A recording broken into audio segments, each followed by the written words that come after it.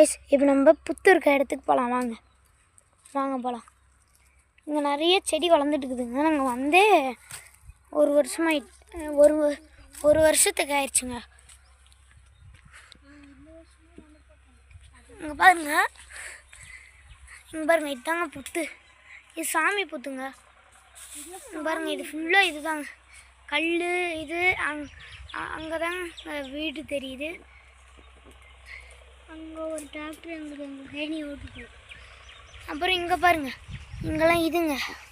இந்த ஒன்று மட்டும் மாட்டிக்கிட்டிங்கன்னா உங்களால் வெளியே வர முடியாது. இங்கே பாருங்க அந்தாட்ட வாங்க. அந்தாட்ட முள்ளு செடி அதிகமாக இருக்கும். வேணடா